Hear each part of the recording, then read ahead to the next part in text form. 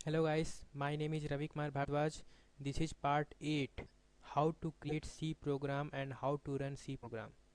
So guys, हम देखते हैं सबसे पहले तो C के प्रोग्राम को कैसे ओपन करना है। जस्ट मैंने पिछले ट्यूटोरियल में बताया था C के प्रोग्राम को हम इन्वायरमेंट के थ्रू भी ओपन कर सकते हैं या फिर माउस की सहायता से भी ओपन कर सकते हैं। तो अगर हमें माउस की सहायता से टीसी को ओपन करना है तो उसके से पहले हम माई कंप्यूटर में जाएंगे, देन सी ड्राइव में क्लिक करेंगे, देन इस टीसी फोल्डर के अंदर आएंगे जहाँ पर टर्बो सी इंस्टॉल है।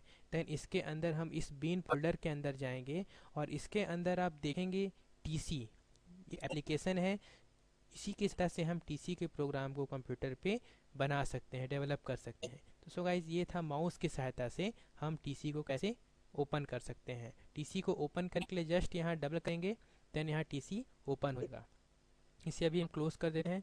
देन अब हम देखते हैं कि इस टीसी को डॉस इन्वायरमेंट की सहायता से कैसे ओपन किया जा सकता है।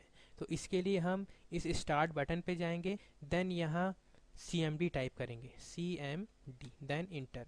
यह देखेंगे डॉस का इन्वायरमेंट ओपन हो चुका है। तो इसे अगर हाफ स्क्रीन में देखना चाहते हैं तो अल्ट के साथ प्रेस करेंगे तो ये हाफ स्क्रीन पे आ जाएगा। अब अगर हमें इसे इस बाहर निकलना है तो सी ड्राइव का यूज करेंगे, चेंज डायरेक्टरी, देन हम सी ड्राइव में आ गए। अब हमें इससे सी ड्राइव से इस टीसी फोल्डर के अंदर जाना है तो CD देन टीसी लिखकर इंटर करेंगे तो हम टीसी फोल्डर के अंदर चले जाएंगे। अब हमें इसके अंदर बीन फोल्डर के अंदर जाना है, देन टीसी बीन लिखकर इंटर किए तो हम बीन फोल्डर के अंदर चले। अब यहाँ पर हमें टीसी को रन करना है, इसलिए हम यहाँ पर टीसी लिखकर इंटर करेंगे। सो गाइस, आप देखेंगे यहाँ पर टर्बो सी डॉस इन्वायरमेंट के ऊपर ओपन हो चुका है। अब अगर हमें यहाँ नया फाइल क्रिएट करना है तो न्यू फाइल को क्रिएट करने के लिए हम इस फाइल मेन्यू में जाएंगे, देन इस न्यू सब मेन्यू पे क्लिक करेंगे। देन हम यहाँ न्यू में क्लिक कर रहे हैं तो आप देखेंगे यहाँ एक ब्लू कलर का स्क्रीन खुला है जो हमारा टर्बो स्क्रीन है, जिसपे हम सी के प्रोग्राम को और C++ के प्रोग्राम को लिख सकते हैं और प्रोग्राम को डेवलप कर सकते हैं। तो अगर आप इस स्क्रीन को फुल स्क्रीन करना चाहते हैं तो आप इस स्क्वायर बटन पे जो एरो की है इस पे हम क्लिक करेंगे तो ये स्क्रीन पर आ जाएगा। आप चाहते हैं कि इस स्क्रीन को क्लोज करना है तो यहाँ पर स्क्वायर बटन पे जो छोटा सा बॉक्स है इस बॉक्स में क्लिक करके हम अपने प्रोग्राम को क्लोज कर सकते हैं और इसी स्क्रीन पर हम अपने प्रोग्राम को रन करेंगे। प्रोग्राम को कंपाइल करने के लिए कंपाइल मेन्यू है, प्रोग्राम को रन करने का रन मेन्यू है, या फिर हम टास्क बार में इस बटन पे भी क्लिक करके या शॉर्टकट की सहायता से भी प्रोग्राम को कंपाइल व रन कर सकते हैं। सो गाइस, अब हम देखते हैं कि सी में प्रोग्राम को कैसे क्रिएट कर सकते हैं। तो सी में प्रोग्राम को क्रिएट करने के लिए सबसे पहले हम हेडर फाइल को डिक्लेयर करते हैं। तो हेडर फाइल के लिए हम यहाँ पर मैं दो हेडर फाइल डिक्लेयर कर रहा हूँ, स्टूडियो और kunio.h। तो इसके लिए सबसे पहले हम लिखेंगे hash include studio.h, stdio.h। Then second header file include kunio.h।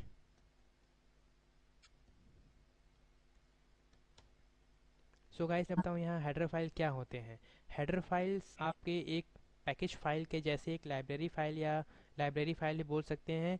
इसे हम पैकेज फाइल इसलिए बोलते हैं क्योंकि यह एक मेन फाइल होता है, बहुत सारी क्लासों का एक कलेक्शन होता है। कहने का मतलब जैसे studio.h है तो इसका पूरा नाम होता है standard input output.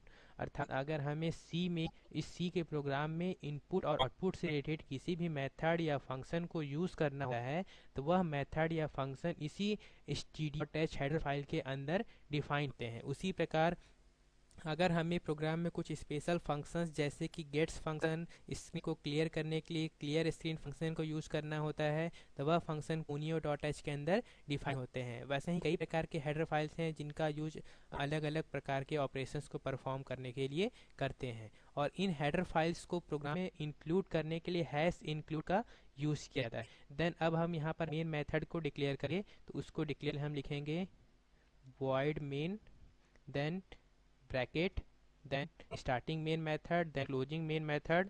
Main method को या किस फंक्शन को जब हम डिफाइन करते हैं तो उसे हमेशा करली ब्रैकेट के अंदर ही डिफाइन किया जाता है, सॉरी पर करली ब्रैकेट लगाकर डिफाइन किया जाता है। तो यहाँ पर ये मेन मेथड स्टार्ट हो रहा है और इस यहाँ पर इस करली ब्रैकेट से मेन मेथड को क्लोज कर रहे हैं। तो सी के प्रोग्राम को हम मेन मेथड के अंदर ही क्रिएट करते हैं। तो यहाँ पर हमें एक मैसेज प्ले करना है हेलो वर्ल्ड। तो इसे मैसेज को डिस्प्ले करने के लिए हम यहाँ पर प्रिंट एफ फंक्शन का यूज़ करेंगे। प्रिंट एफ के अंदर हम डबल इन्वर्टेड कॉमा में जो चाहे वो मैसेज को लिख सकते हैं। तो यहाँ पर मैं हेलो वर्ल्ड लिख देता हूँ, हेलो वर्ल्ड। देन इस इंस्ट्रक्शन के एंड में हम सेमी कॉलन लगाएंगे। जैसा कि मैंने आपको पिछले ट्यूटोरियल बताया था कि हम प्रोग्राम में सी में जब भी कोई प्रोग्राम लिखते हैं तो प्रोग्राम एक इंस्ट्रक्शन के फॉर्म में लिखा जाता है। हर इंस्ट्रक्शन को लिखने का अपना एक सिंटैक्स होता है, एक तरीका होता है। तो यहाँ पर एक स्टेटमेंट कंप्लीट हो रहा है, एक इंस्ट्रक्शन कंप्लीट हो रहा है, तो इस इंस्ट्रक्शन को टर्मिनेट करने के लिए हम यहाँ पर सेमी कॉलन लगाएंगे। देन प्रोग्राम को यूज़ करने के लिए हम यहाँ पर गेट फंक्शन का यूज़ करेंगे। हम चाहे विदाउट गेट फंक्शन के भी प्रोग्राम को रन कर सकते हैं, पर हम यहाँ गेट्स फंक्शन का इसलिए कर रहे हैं क्योंकि गेट्स फंक्शन आउटपुट स्क्रीन को होल्ड करता है। प्रोग्राम के एग्जीक्यूशन को कंप्लीट होने के बाद अगर जब तक हम कीबोर्ड से कोई की प्रेस न करें तब तक यह इसका आउटपुट स्क्रीन यूजर के लिए होल्ड करता है।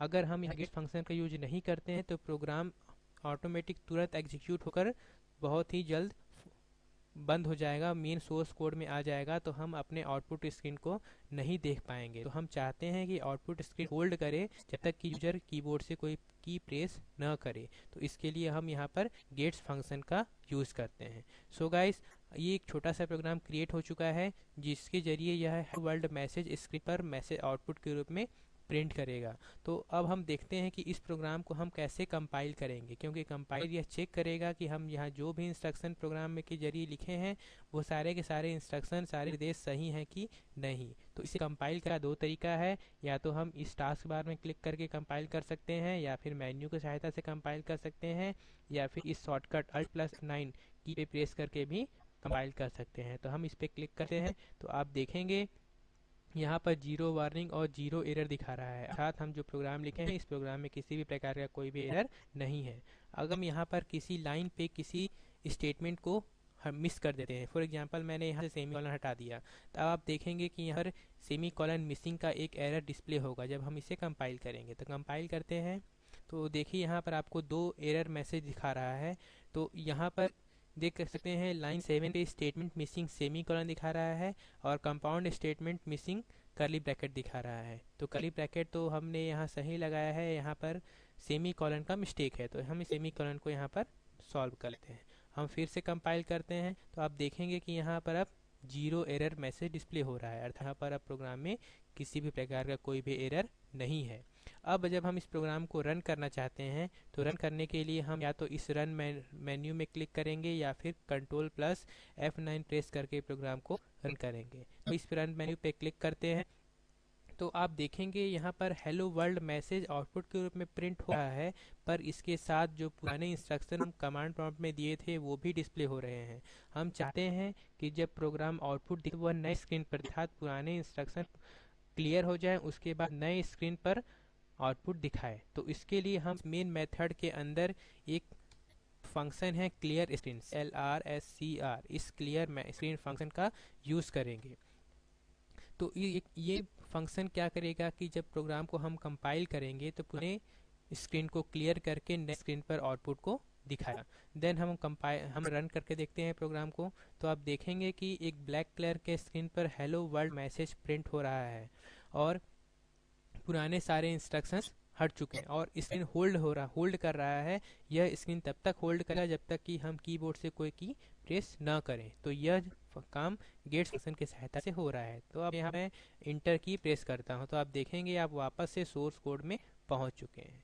अब आप अगर इस फाइल को सेव करना चाहते हैं तो फाइल को सेव करने के लिए हम सबसे पहले फाइल मेन्यू में जाएंगे, देन सेव एज बटन पे क्लिक करेंगे। तो यहाँ पर आप देख रहे हैं कि save file as dialog box open हुआ है। अब यहाँ पर हम जो भी फाइल का नाम देना चाहते हैं वह फाइल का नाम देंगे।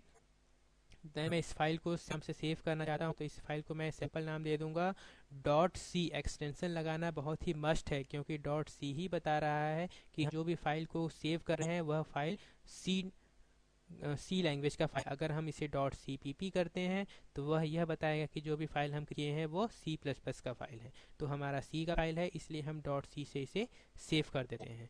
देन ओके बटन पे क्लिक करेंगे तो आप यहाँ देख रहे हैं कि ओवरराइड एग्जिस्टिंग फाइल, अर्थात सैम्पल डॉट सी नाम का पहले से ही फाइल क्रिएट है। अगर आप इसे ओवरराइट करना चाहते हैं, कहने का मतलब पुराना फाइल मिट जाए, उसकी जगह में सैम्पल नाम से फिर से फाइल क्रिएट हो जाए, तो यस करेंगे।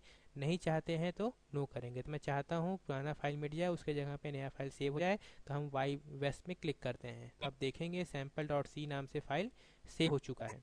So guys, hope you enjoy it. Please subscribe to my channel and thank you.